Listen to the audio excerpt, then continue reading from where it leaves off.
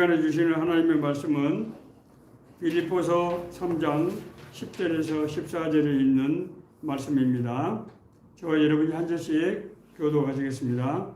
내가 그리스도와 그 부활의 권능과 그 고난의 참여함을 알고자 하여 그의 죽으심을 본받아 어떻게 해서든지 죽은 자 가운데서 부활에 이르려 하노니 내가 이미 얻었다함도 아니요 온전히 이루었다 함도 아니라 오직 내가 그리스도 예수께 잡힌 바 된 그것을 잡으려고 달려가노라. 형제들아 나도 다시 내가 잡은 줄로 여기지 않냐고 오직 한 일 즉 뒤에 있는 것을 잊어버리고 앞에 있는 것을 잡으려고 표대를 향하여 그리스도 예수 안에서 하나님 위에서 부르신 부름의 상을 위하여 달려가노라. 아멘.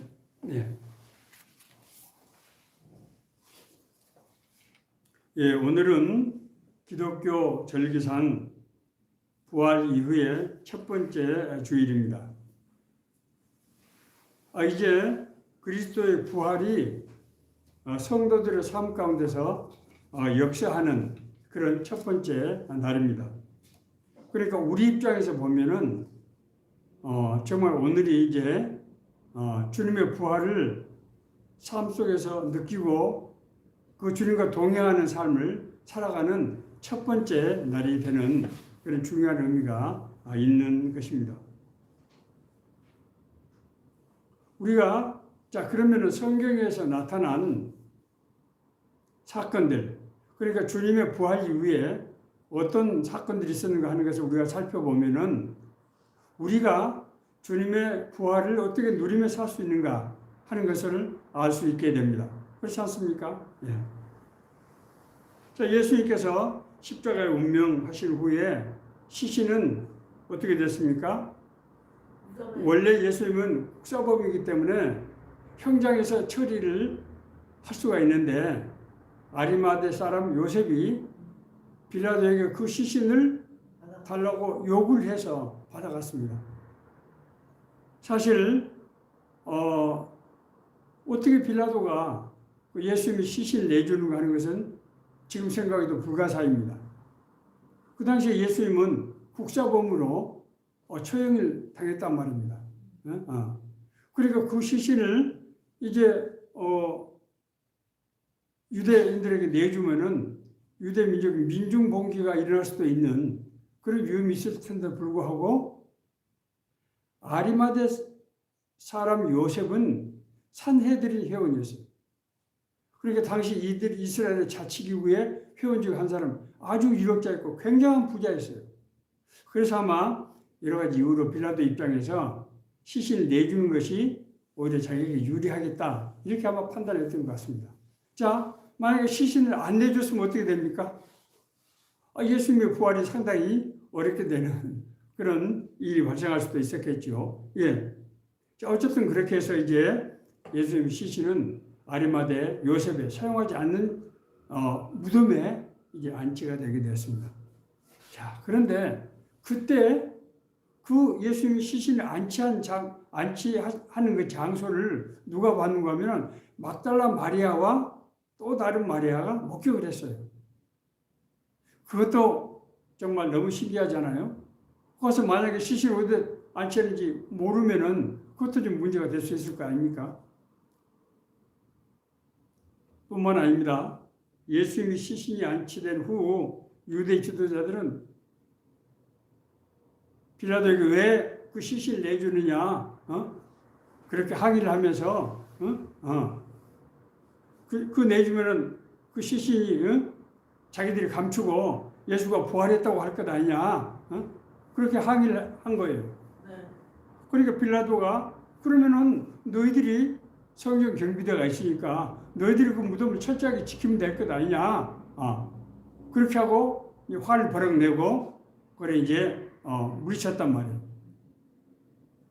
그래서 이제 유대 지도자들은 자기 군사들을 풀어서 성전 이 예수님이 이 안치된 이 묘소를 아주 엄중 경계하는 그런 상황이 된 거죠. 자, 그런데 안식일이 지난 첫날 그러니까 안식일 예수님께서 운명하셨으니까 첫날 새벽에 막달라 마리아와 앞서 말씀드린 다른 마리아, 그러니까 예수의 시신이 안치된 장소를 목격했던 그 사람들이 지난 밤에 잠을 한숨도 못 잤겠죠. 사랑하는 예수님, 그 사모하는 예수님이 그 고통을 당하고 운명하셨단 말이에요. 그런데 정말 너무 보고 싶고 그래서 그 무덤이라도 옆에 가서 있으면 좀 위로가 될까 하고 새벽같이 어둠이 아직 가시지 않을 때 달려가서 그 무덤에 간 겁니다. 자, 그런데 그때 이상한 일이 일어났어요. 하늘에서 하얀 입은 천사들이 와서 그 무덤의 그 돌이 그냥 돌이 아니고 바위죠, 바위. 그 큰 바위로 그 입구를 완전히 지금 봉해 놓은 거 아닙니까? 그 바위를 굴려서 그 천사가 그 바위 위에 앉아 있는 겁니다. 천사가 여자들에게 말하여 이르되 너희는 무서워하지 말라. 십자가에 못 박힌 예수를 너희가 찾는 줄 내가 아노라. 그가 여기에 계시지 않고 그가 말씀하시던 대로 살아나셨느니라. 와서 그가 누우셨던 곳을 보라. 또 빨리 가서 그의 제자들에게 이르되 그가 죽은 자 가운데서 살아나셨고 너희보다도 먼저 갈릴리로 가시나니 거기서 너희가 벼리라 하라. 천사가 그렇게 얘기하는 거예요. 그래서 막달라 마리아와 다른 마리아가 들어가서 보니까 정말로 예수님의 시신이 안 계시고 그 예수님의 시신을 쌌던 그 세마포 옷이 접어진 것이 아니고 사람이 옷을 벗으면 옷이 접어져야 될 거 아니에요. 이게. 그 형태가 그대로 있는 겁니다. 그게 뭘 의미합니까? 몸이 빠져나갔다는 걸 의미하는 거죠. 옷을 벗은 게 아니에요. 몸이 그냥 빠져나간 거예요. 예수님께서 부활하신 겁니다. 예, 부활하신 거예요. 여자들은 빨리 천사가 얘기한 대로 떠나서 막 다른박질했어요. 다른박질해서 그럴 때 달려갈 때 부활하신 예수님께서 그 두 여인을 만나 주셨어요. 앞에 나타났어요. 평안하냐? 아까 제가 말씀드린 샬롬. 하나님께서 하나님의 평안이 너와 함께하기를 원하노라 하는 말씀이잖아요. 그러면서 내가 형제들에게 가서 갈릴리로 가라고 해라. 거기서 너희들이 나를 만날 수 있을 것이다. 이렇게 말씀하셨습니다. 자, 그래서 이 부활에 대해서 제자들에게 어떤 반응이 일어나는지를 우리가 이제 알아보겠습니다. 안식 후 첫날 저녁 때, 그러니까 새벽에 지금 막달라 마리아하고 다른 마리아가 무덤에 가서 안 계신 걸 확인했잖아요. 그날 저녁 때입니다. 제자들이 어디에 있었습니까? 은신에 숨어 있었지요. 왜? 핍박 때문에 숨어 있는데 예수님이 찾아오셨습니다. 그때도 예수님이 뭐라고 인사하셨어요? 평강이 너희에게 있을지어다. 샬롬. 그렇게 말씀하셨어요. 샬롬. 평강이 너희에게 있을지어다. 하나님의 평강이 너희와 함께 할지어다. 이렇게 말씀하시고 손과 옆구리를 내보셨어요. 왜 그랬을까요? 자신이 진짜 예수님이라고 하는 것을 보여주신 거예요. 왜냐하면 사람들이 예수님이 살아난 것을 믿을 수가 도저히 없기 때문에 예수님께서 그 손과 못자국을 보여주신 거예요. 아버지께서 나를 보내신 것 같이 나도 너희를 보내느라 하시고 그들 향해 숨을 내쉬며 성령을 받으라. 너희가 누구의 죄든지 사하면 사해질 것이요 그대로 두면 그대로 있으리라. 예수님께서 내가 자신이 예수라고 하는 것을 제자들에게 확증해 보이시면서 어떻게 하셨다고요? 성령을 받으라. 입김을 불러서 성령을 받으라. 너희가 누구의 죄든지 사하면 사해질 것이요 그대로 두면 그대로 있으리라. 이게 뭡니까? 제자들을 파송하는 겁니다. 지금까지 자기가 가르쳤던 제자들이 이제 사역지로 파송을 하는 거예요. 뭘 주어서? 성령의 은혜를 주어서 파송한 겁니다. 그런데 당시에 현장에 있지 않았던 제자 한 사람이 있었어요. 그 사람이 누굽니까? 도마, 디두므라고 하는 도마입니다. 도마는 다른 제자들한테 그 얘기를 듣고 도저히 믿을 수가 없었어요. 아니, 어떻게 사람이 살아난단 말이냐? 당신들이 본 것은 영이야, 영, 귀신이야. 예수님의 귀신, 영이야. 그렇게 생각했던 거죠. 그래, 그 영도 사람과 똑같은 모습이지. 당신들이 그걸 봤을 거야. 그럴 때 이제 그 후에 8일이 지난 때에 예수님께서 제자들에게 다시 찾아가셨는데 그때는 도마도 함께 있을 때 찾아가셨어요. 그래서 도마에게 이르시되 내 손가락을 내어서 내 손을 보고 손의 못자국을 보고 그렇죠. 내 손을 내밀어 내 옆구리에 넣어보라. 그리고 믿음이 없는 자가 되지 말고 믿는 자가 되라. 예수님이 왜 이렇게 하신 겁니까? 도마가 예수님이 부활을 귀신으로 나타난 것을 부활로 믿기 때문에 아니다. 진짜로 내 육신이 부활한 것이다. 내 인격이 부활한 것이다. 그때 동안은 예수 앞에 무릎을 꿇고 나의 주님이시오 나의 하나님이십니다 라고 고백했습니다. 어떻게 된 겁니까? 도마가 좀 머리로 생각하던 도마가 삶이 완전히 자기 생각으로 예수님을 판단하던 도마가 삶이 완전히 변화가 된 것입니다. 이제 부활 이후에 세 번째 제자들이 어떻게 했는지 동향입니다. 제자들은 이제 예루살렘에서 얼마 동안 있다가 의인처에 있었지만은 계속해서 있을 수가 없었어요.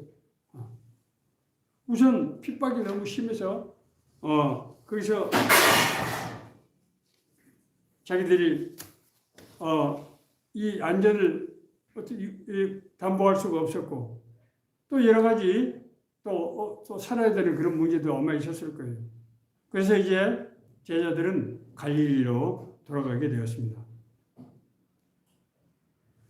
앞서 무덤에서 마리아가 만났던 천사가 그가 죽은 자 가운데서 살아나셨고 너희보다 먼저 갈릴리로 가시나니 거기서 너희가 배우리라 하라. 그렇게 예수님께서 제자들에게 갈릴리로 가라고 말씀하신 것은 왜 그랬을까요? 예, 예수님의 제자들이 그 핍박을 견딜 수 없는 것을 아시고 자기 제자들도 살아야 되는 것을 아시고 갈릴리로 가라고 하신 것입니다. 예수님께서는 제자들을 앞을 내다보셨기 때문에 그렇게 제자들을 배려하는 그런 말씀을 하신 거예요. 갈릴리로 돌아온 제자들은 다시 어부의 삶으로 돌아갔습니다. 다시 이전에 어부로 다시 돌아가고 만 거예요. 자, 그런데 어부는 뭘 하는 사람입니까? 고기를 잡는 사람이에요. 그런데 그물을 던져도 고기가 잡히질 않는 거예요. 이상하지 않습니까? 시몬 베드로와 디두므라 하는 도마와 갈릴리 가나 사람 나다나엘과 세베대 아들들과 또 다른 제자들이 둘이 함께 있더니 시몬 베드로가 나는 물고기를 잡으러 가노라 하니 그들이 우리도 함께 가겠다고 나가서 배에 올랐으나 그날 밤에 아무것도 잡지 못하더니 밤새는 그물을 쳤는데 아무것도 잡지를 못한 거예요. 날이 새어갈 때 그 밤을 샌 거죠. 꼬박 샜어요. 고기를 하나도 잡지 못하고 예수께서 바닷가에 서셔서 나타나셨어요. 그러나 제자들은 알아보지 못했습니다. 그때 예수님께서 너희에게 고기가 없느냐? 그랬더니 어부들이 없습니다. 그물을 배 오른편에 던지라. 그리하면 잡으리라 하시니 이에 던졌더니 물고기가 많아 그물을 들 수 없었더라. 요한복음 21장 6절에 이렇게 말씀하고 있습니다. 자, 이 장면은 우리가 어디서 본 그런 장면 아닙니까? 예수님께서 처음에 갈릴리 해변가에서 제자들을 부르실 때와 똑같은 장면이죠. 그때도 제자들은 고기를 잡으러 왔는데 밤새도록 한 마리도 잡지 못했어요. 그때 어떤 사람이 와서 그물을 오른쪽에 던지라. 그렇게 얘기해서 그물을 던졌더니 그물이 물고기가 몇 마리 잡혔습니까? 153마리. 그 큰 갈릴리, 여러분 이제 갈릴리 호수에 가시면은 고기가 굉장히 큽니다. 아주. 그 고기가 153마리. 이 투망식 그물이잖아요, 이게 지금. 그래서 그물이 찢어질 정도가 됐지 않습니까? 그것과 똑같은 지금 사건이 일어난 거죠. 이 장면을 본 제자들은 예수님이라고 하는 것을 알게 되었습니다. 그때 요한이 주님이시다 이렇게 소리를 치니까 베드로가 배에서 막 뛰어가지고 물에 지금 내려서 물로 막 해주고 마음이 급해서 예수님 앞으로 나갔습니다. 이때 예수님께서는 제자들과 같이 그 꼭 잡은 고기로 아침 식사를 하시고 베드로에게 말씀하셨습니다. 요한의 아들 시몬아, 내가 이 사람들보다 나를 더 사랑하는가? 그리하면 내 양을 먹이라. 그렇게 3번 말씀하셨습니다. 예수님께서 베드로에게 이 3번 물음을 주신 것은 무슨 의미입니까? 그것은 베드로를 비롯해서 제자들이 최후의 만찬 때 예수님께서 오늘 밤에 너희가 다 나를 떠날 것이다 라고 그렇게 말씀하셨어요. 그때 베드로가 뭐라고 얘기했습니까? 아닙니다 선생님, 모두 주를 버릴지라도 나는 결코 버리지 않겠습니다 라고 그날 얘기를 했는데, 그날 밤에 베드로는 예수님을 3번씩이나 부인하는 그런 정말 불신앙을 정말 범할 수밖에 없었어요. 왜 그랬습니까? 자기 자신의 정체가 탄로나면은 자신은 그 대사장 가야바 집에서 잡혀서 죽을 수밖에 없었기 때문에 어쩔 수 없이 그렇게 한 거죠. 그래서 예수님께서 3번 내 양을 먹이라 말씀하심으로써 베드로를 용서하시는 그런 이제 행위를 하십니다. 그리고 이후에 예수님께서 제자들 다시 예루살렘으로 불러 올리십니다. 예루살렘을 떠나지 말고 내게서 드린 바 아버지께서 약속하신 것을 기다리라. 요한은 물로 세례를 베풀었지만 너희는 몇 날이 못되어 성령으로 세례를 받게 되리라. 그리고 나서 오직 성령이 너희에게 임하시면 너희가 권능을 받고 예루살렘과 온 유대와 사마리아와 땅끝까지 이르러서 내 증인이 될 것이다. 그렇게 말씀을 하셨습니다. 이 말씀을 들은 제자들은 이제 예수님의 당부대로 예루살렘으로 올라갔습니다.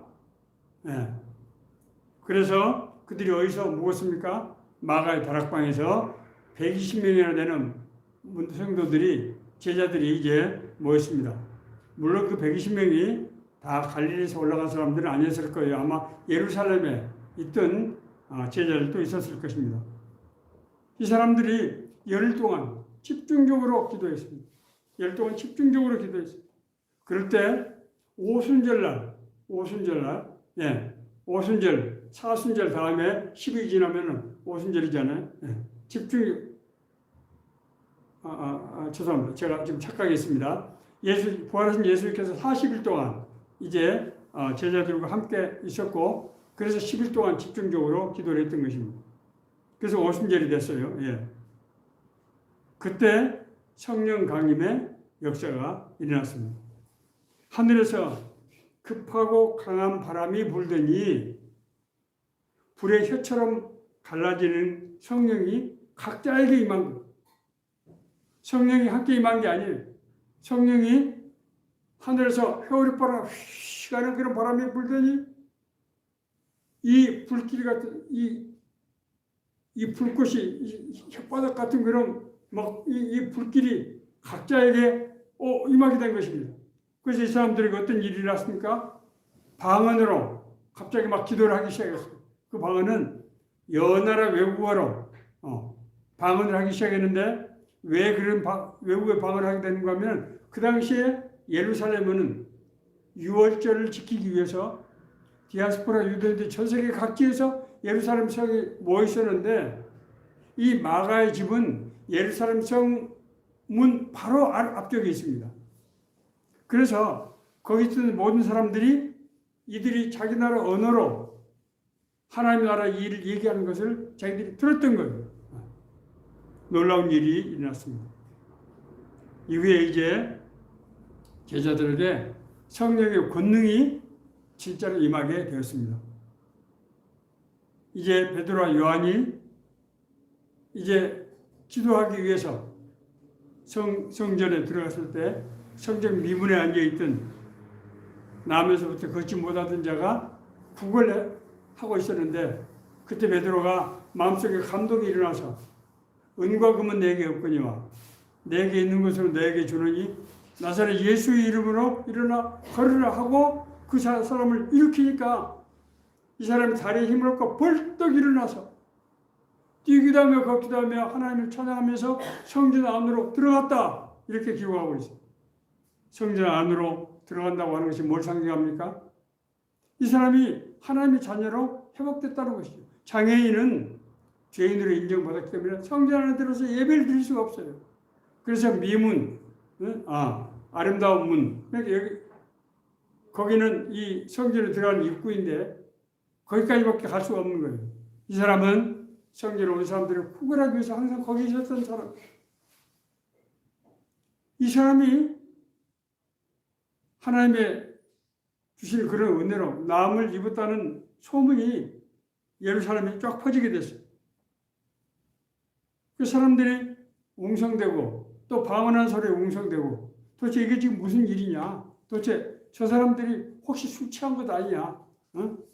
그때 베드로가 그 사람들 앞에 이제 담대하게 나가서 지금이 제3시 몇 시입니까? 아침 9시잖아요. 6시간 더 하면 되니까.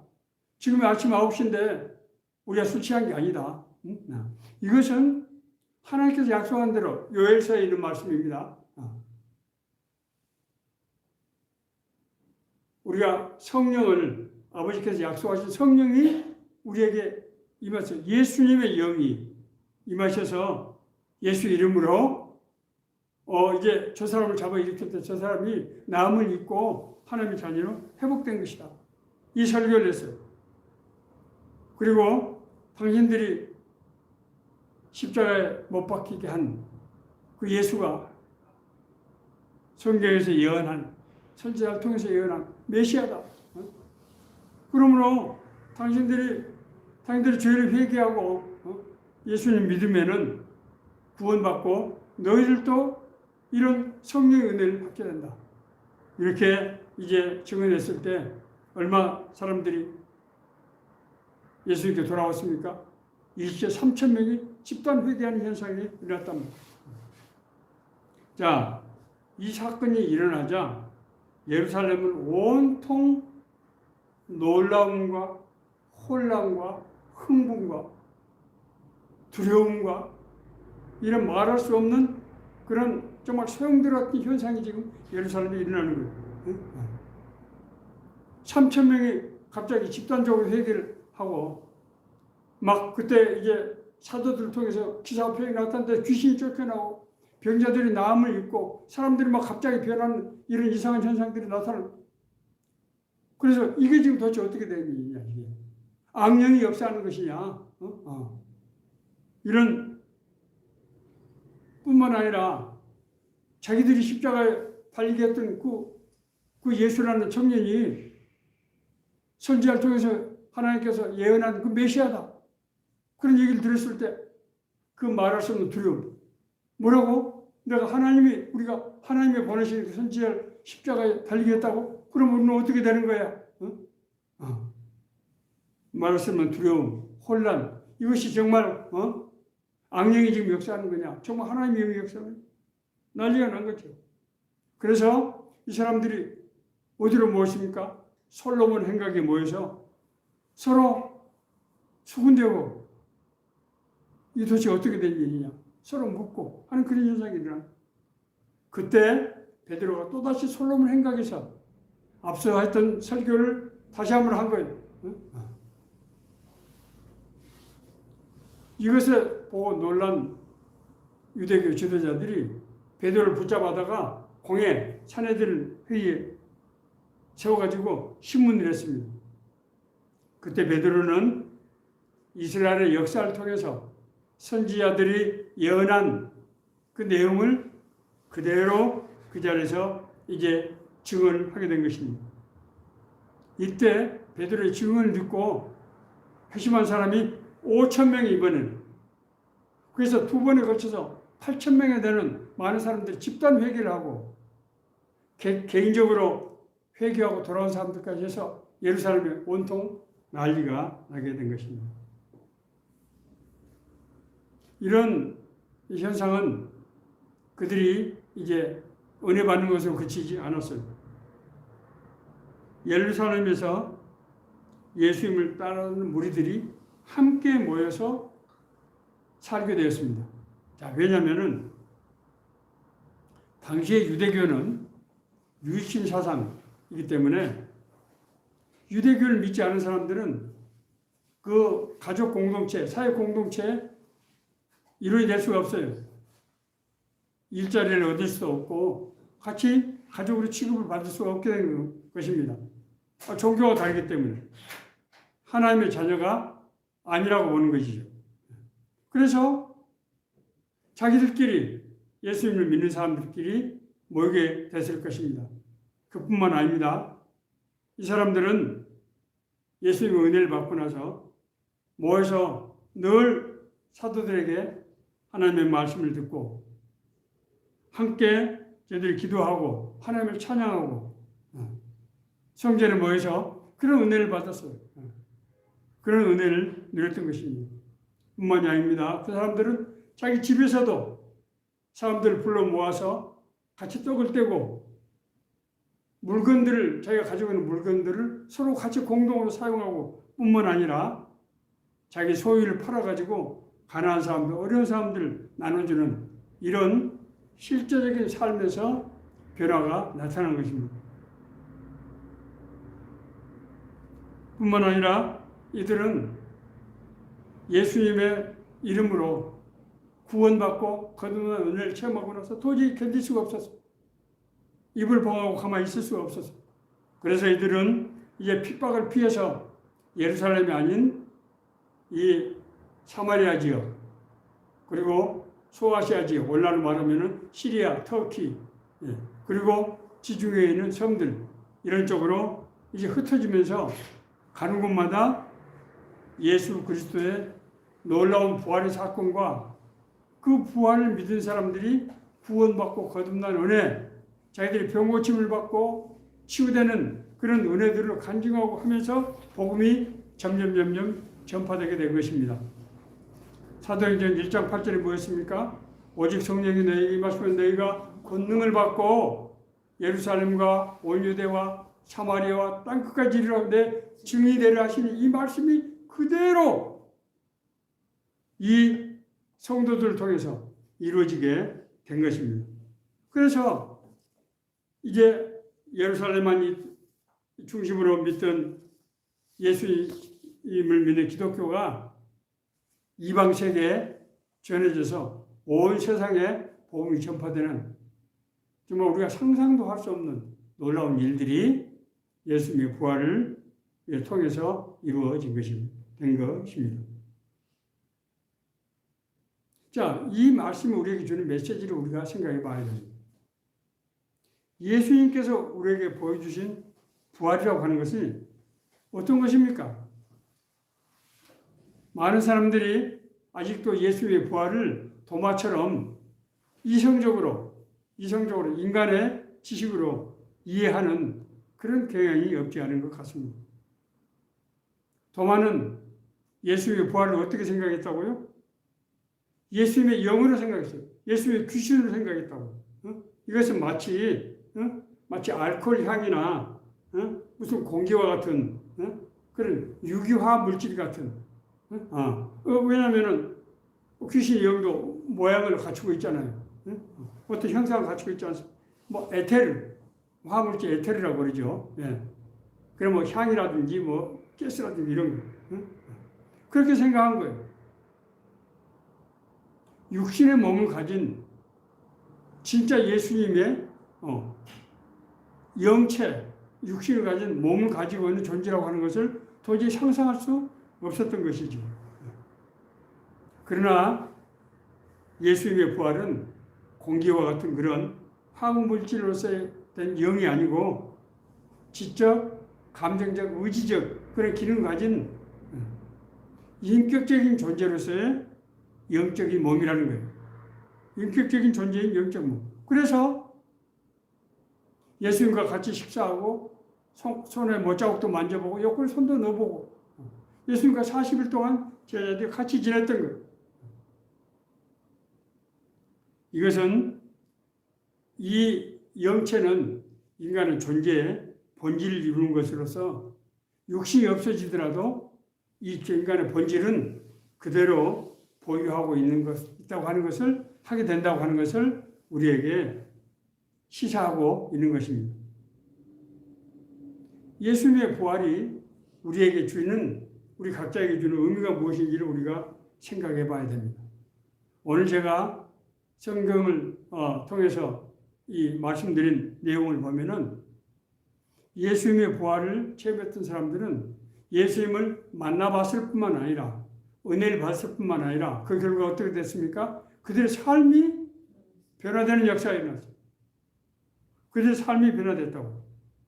자, 이 사람들이 처음에 함께 모여서 사는 것은 자기들이 핍박을 받는 그런 상황이기 때문에 그렇게 같이 모여서 공동체 생활을 할 수 있다고 생각할 수도 있어요.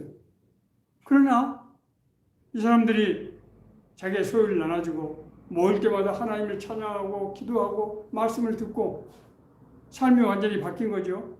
자기 심지어 소유를 팔아서 나눠주고 하게 된 것은 우리가 예수를 믿었으니까 이제 선하게 착하게 살아야지 하는 그런 각오를 한 것이 아니란 말입니다.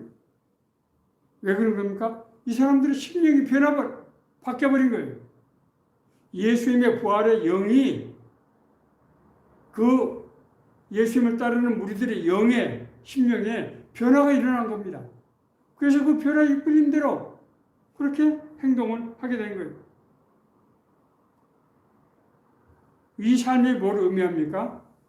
예수님의 영이, 하나님의 영이 우리 삶을 주관하시고 인도하신다고 하는 것을 나타내는 그런 사건이죠. 이것은 예수님의 부활이 없었다면 도저히 상상도 할 수 없는 그런 일들이 일어나게 된 것입니다.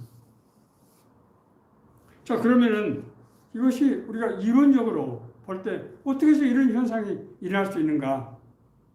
이것에 대해서는 바울 사도가 로마서 6장 3절에서 6절에서 아주 분명하게 말씀을 하고 있습니다. 제가 읽겠습니다. 무릇 그리스도 예수와 합하여 세례를 받은 우리는 그의 죽으심과 합하여 세례를 받는 줄 알지 못하느냐?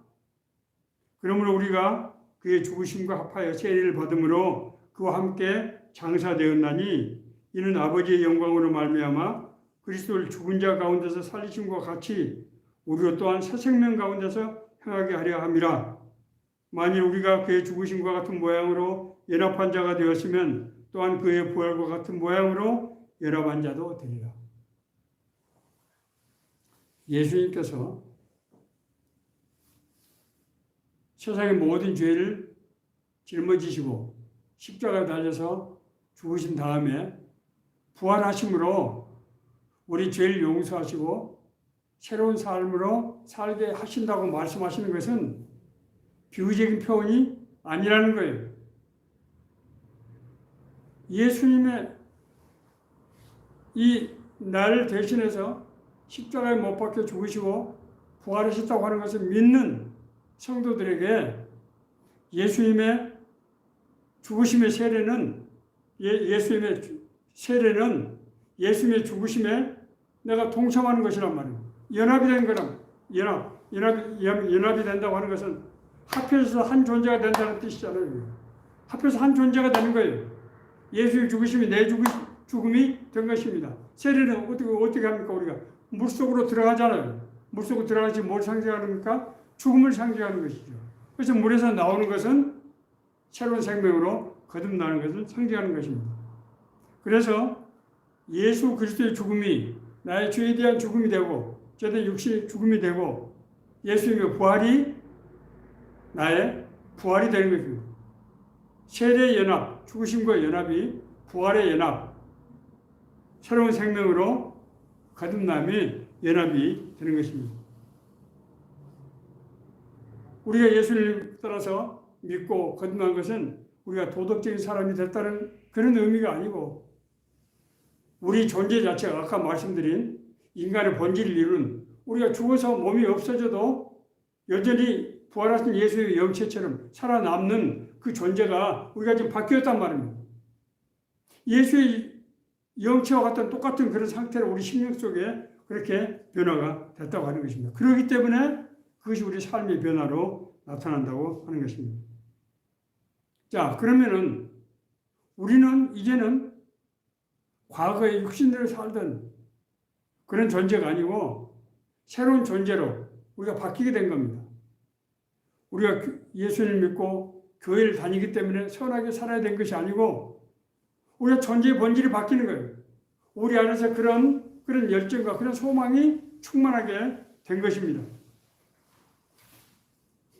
우리가 죄의 영에서 하나님의 영으로 바뀌었다고 하는 것은 지금까지 죄의 영의 지배를 받던 우리가 하나님의 영의 지배를 받는다고 하는 것을 의미하는 거예요. 그러니까 구원받고 거듭나지 못한 사람들은 자기가 거짓을 행하고 불의한 일을 행하고 부도덕한 일을 행하고 하지만은 그것을 세상을 살아가면서 누구든지 이 치열한 경쟁 속에서 이 약육 강식의 삶 가운데서 그렇게 살 수밖에 없는 거야 라고 생각하는 겁니다. 그걸 당연한 걸로 생각하는 거예요. 그러나 구원받고 거듭난 사람은 내 삶이 영이 내 삶의 가치와 기준이 바뀌었기 때문에 그렇게 살 수가 없게 되는 거예요. 그렇게 어쩔 수 없는 상황에서 그렇게 살더라도 그것이 옳지 않은 것을 알게 되고 그것이 고통스러워지게 되는 것이고 삶이 바뀌는 거예요. 그래서 바울사도는 로마서 6장 16절 18절에서 너희 자신을 종으로 내주어 누구에게 순종하든지 그 순종을 함을 받는 자의 종이 되는 줄 너희가 알지 못하느냐. 혹은 죄의 종으로 사망에 이르고 혹은 순종의 종으로 의에 이르느니라. 하나님께 감사하리로다. 너희가 본래 죄의 종이더니 너희에게 전하여 준 바 교훈을 마음속으로 순종하여 죄로부터 해방되어 의에게 종이 되었느니라.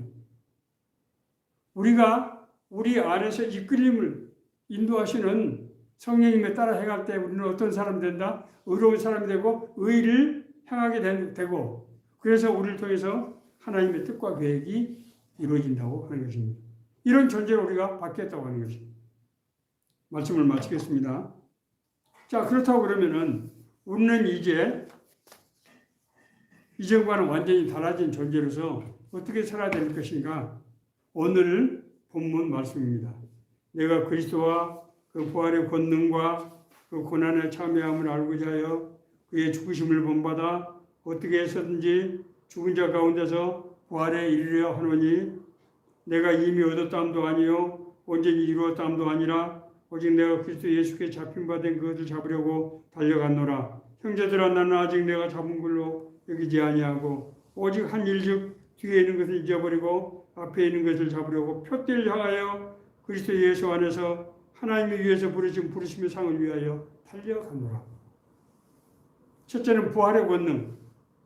우리가 바울사도는 내가 그 부활의 권능에 참여함을 알고자 한다. 예수님의 부활의 권능에 참여한다는 말이 무슨 말입니까?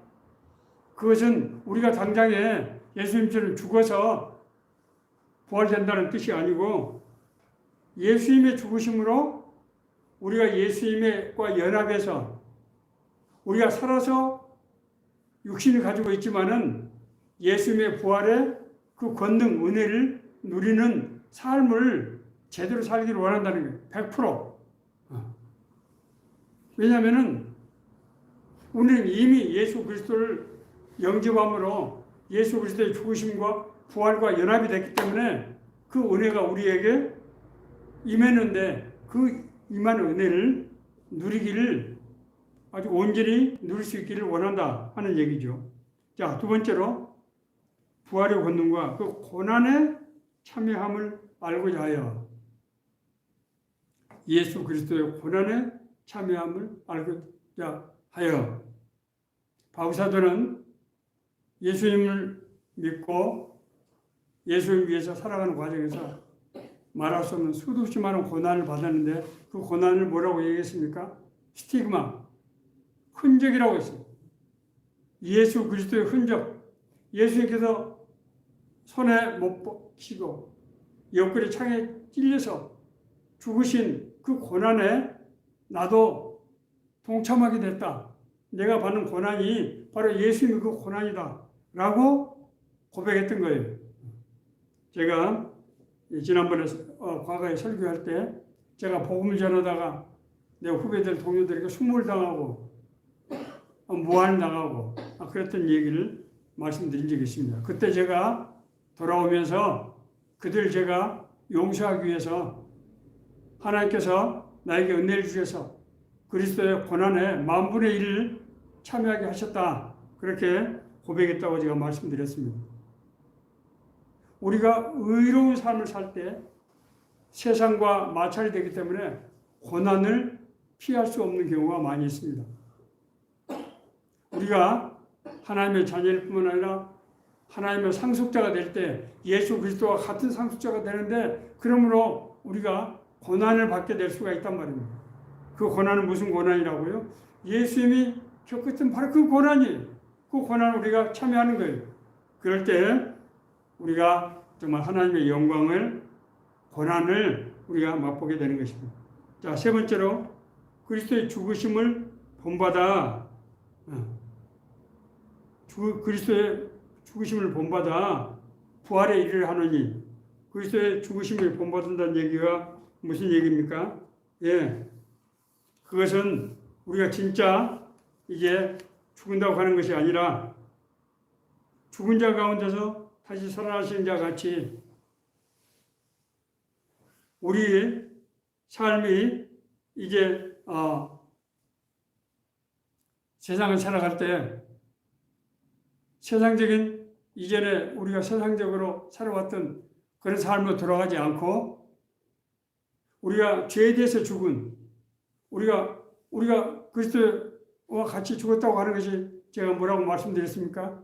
죄에 대해서 죽고 그리스도의 생명으로 다시 부활했다고 말씀드리지 않았습니까? 그리스도의 죽으심을 본받는다고 하는 것은 우리가 이전에 죄된 육신의 삶을 돌이켜서 우리가 의로운 삶으로 방향을 전환했다는 거예요. 메타노이아, 회개, 돌아섰다는 뜻이에요. 우리가 그런 삶을 우리가 본받아서 이제 살게 된다고 하는 것입니다. 이제 마지막으로 죽은 자 가운데서 부활에 이르려 함이라. 이것은 우리가 세상을 떠났을 때 우리가 떠난 그 우리의 육신의 죽음은 고난과 고통이 아니고 하나님의 영광 안에 들어가는 예수님께서 그 누렸던 그 부활의 새로운 생명, 그런 정말 놀라운 하나님의 새 생명으로 우리가 들어가게 된다고 하는 것을 말씀하고 있는 것입니다. 오늘은 예수님께서 부활하시고 나서 첫 번째 맞은 주일입니다.